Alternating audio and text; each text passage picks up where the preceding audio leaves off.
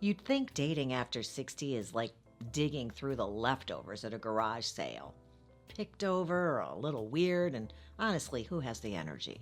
And yeah, that's the story that everyone loves to tell, like it's some kind of a sad punchline. People will pat your hand like, oh, you're still looking? Oh, that's so brave. Brave? No, brave is walking into a teenager's bedroom without protective gear. But the truth is, dating after 60 can be like stumbling on a vintage record player at that same garage sale. Sure, it's got a few scratches, but when you drop the needle, the music, oh, it's magic. The trick isn't about lowering your standards or bracing yourself for disappointment. It's about knowing how to spot the gems, how to enjoy the hunt, and how to show up like you're the prize too. Because you are. And if you've forgotten that, well, I've got a few things to remind you. That's it all interesting? You know what? You should just stick around because that's what's on the agenda. Back in the day, he's cute, or she's fun. That was basically your whole vetting process. We were all out there making decisions based on dimples and a cool jacket. Now you've got decades of lived experience, which is really just a polite way of saying you can spot a walking disaster before they even sit down. When someone says adventurous, you know to ask, does that mean bungee jumping or just couch surfing because you don't have an address? When they say laid back, you know to clarify. Relaxed personality or allergic to doing laundry? I mean, you can clock red flags before the appetizer menu even hits the table. This isn't about being picky. It's about being efficient. You don't have the bandwidth to waste months untangling somebody's chaos just to realize you never should have given them your number in the first place. That's a perk. It means you can focus your energy on the people who are actually a match for you instead of auditioning somebody who was never gonna get the part. In your 20s and 30s, every relationship had an invisible countdown clock. Marriage, kids, mortgage, sometimes in that exact order, sometimes not. There was pressure, though, and it was real, and you could barely finish a second date before people were asking if you saw a future with that person. Now that clock is gone, and thank goodness. You get to set the pace yourself, slow, steady, whatever feels good. No more shoulds. No race to hit some milestone you don't even know if you want. You can actually enjoy meeting somebody without mentally fast-forwarding to whether you're splitting Christmas dinner with their in-laws and your folks. And here's the kicker. That no-pressure vibe, it's pretty attractive. It's the dating version of reverse psychology. When you stop sprinting toward forever, you create space for something real to grow. And sometimes that's exactly when it shows up. Remember when dating felt like a job interview before you met me? Tell me about yourself while you silently calculated if your hobbies sounded interesting enough. You try to list an accomplishment without sounding like you were bragging. The whole thing was just exhausting. Over 60, you've lived your resume. You don't have to invent interesting. You've got decades of stories. Some are inspiring, some are hilarious, and a few you only share with close friends after a couple glasses of wine.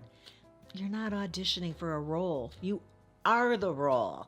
So if somebody needs bullet points to decide if you're worth their time, they're just not your person. They're a hiring manager, and you don't need a job. You're not applying. You're interviewing them. Ugh. You know those red velvet ropes at a club or a restaurant? I once found myself on the classy side of that divider and immediately proved that I didn't belong. I tried to casually hop over it on my way to the ladies' room, and instead, full body, full marble floor, faceplant. A lovely gentleman scraped me up off the floor, and I did what any respectable woman would do. I flipped my hair like Miss Piggy, and I pretended it was all part of the plan, and I kept on moving. That's pretty much the vibe around here, too. If you can pop back up, dust yourself off, and hobble off with a belly laugh, then you're definitely in the right place. And channel membership is meant for you. There's a button down there. No, down here. There, right to the left. No, too far left. Here's the thing, being alone and being lonely, they're not the same thing, not at all. No, at this stage, you've built a life that you enjoy. You're not dating because you need somebody to fill a hole.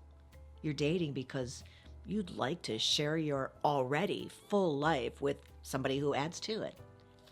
Because that changes everything. You don't cling to lukewarm connections just to have somebody there. If the spark isn't there, you can let it go without fear because you know exactly what you're walking back into. Your own peace, your own routines, your perfectly stocked snack drawer, and the ability to binge your shows without anybody commenting on your questionable taste in TV. Don't look at me like that. Here's the truth. Somebody who knows they'll be fine without you is 1,000 times more magnetic than somebody who's just desperate not to eat dinner alone. Over 60, your nonsense radar is military grade.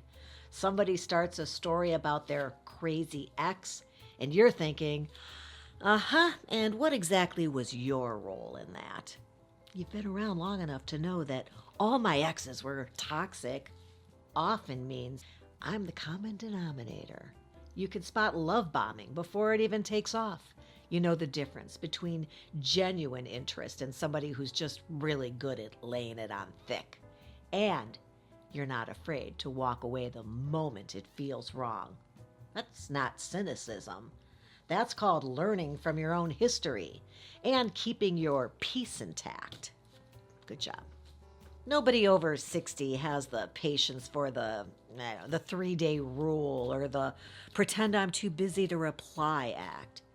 If you like somebody, you just say it. If you're not feeling it, you say that too. But kindly, of course. But clearly, of course. That honesty is refreshing. It keeps the drama low and the energy light. And the beauty of it is that anyone who's still around after you've been that upfront is there because they want to be, not because you tricked them into it with some perfectly timed text messages. If you asked 25-year-old you for a list of must-haves, you might have said, tall, pretty eyes, loves dogs, funny. Now it's kind of dependable, doesn't make my life harder. Your priorities have shifted from cute to steady to go steady, you know? You know that shared values beat shared playlists, and that respect is going to outlast even the most impressive set of abs. You're not chasing the spark that burns the house down. You're looking for that slow, steady flame that keeps it all warm. You've lived. You've seen things. You've been through the kind of moments that would make a younger person crumble, perhaps. And maybe you even laughed about it. You've laughed in places you once cried, that's for sure. That kind of life experience makes you more interesting. Yeah, but it also makes you a better partner. You can hold space for somebody else's humanity because you've faced your own. You've learned how to sit in the silence without feeling like it needs to be filled, right? And that's a gift. Dating doesn't have to be high stakes or an audition anymore. You can treat it like what it is. It's a chance to meet somebody new, share a story or two, be curious and hear about somebody else's life, have a laugh, and then go home. And it doesn't matter whether there's a second date or not. That's magnetic. People want to be around somebody who's relaxed enough to enjoy the moment instead of grading every interaction for long-term potential. And here's the secret. When you stop taking it so seriously, that's when the good stuff starts to sneak in. This is the real glow up. You're not out here hoping somebody's going to pick you. Pick me, pick me. No, you're doing the picking. You know your worth. You know your boundaries, and you're not apologizing for either one of them. You can say, thank you, but no thanks, without guilt. And the right person's going to lean in closer because of that kind of attitude and behavior. Because nothing's more attractive than somebody who's sure of themselves. You've stopped auditioning. You're the casting director. Ha! Dating over 60 isn't the consolation prize, it's the VIP room. You've got the confidence, the wisdom, and the freedom to do it your own way. And when you mix that with the willingness to actually enjoy it, that's when magic happens. So forget the garage sale leftovers myth. You're not the leftovers. You're the collectible that everybody wishes they could find. All right, I hope you found that interesting or helpful. If you did, you might enjoy this episode here. More about dating in your 60s. And hey, before you go, please give Mom the thumbs up. She's asking for it like she's asking you to call more often. I did call today. I really did. I talked to her for 45 minutes. Don't forget to subscribe because you want more of this while you sip your coffee. All right, I appreciate you hanging out with me today. And until next time, have a good one.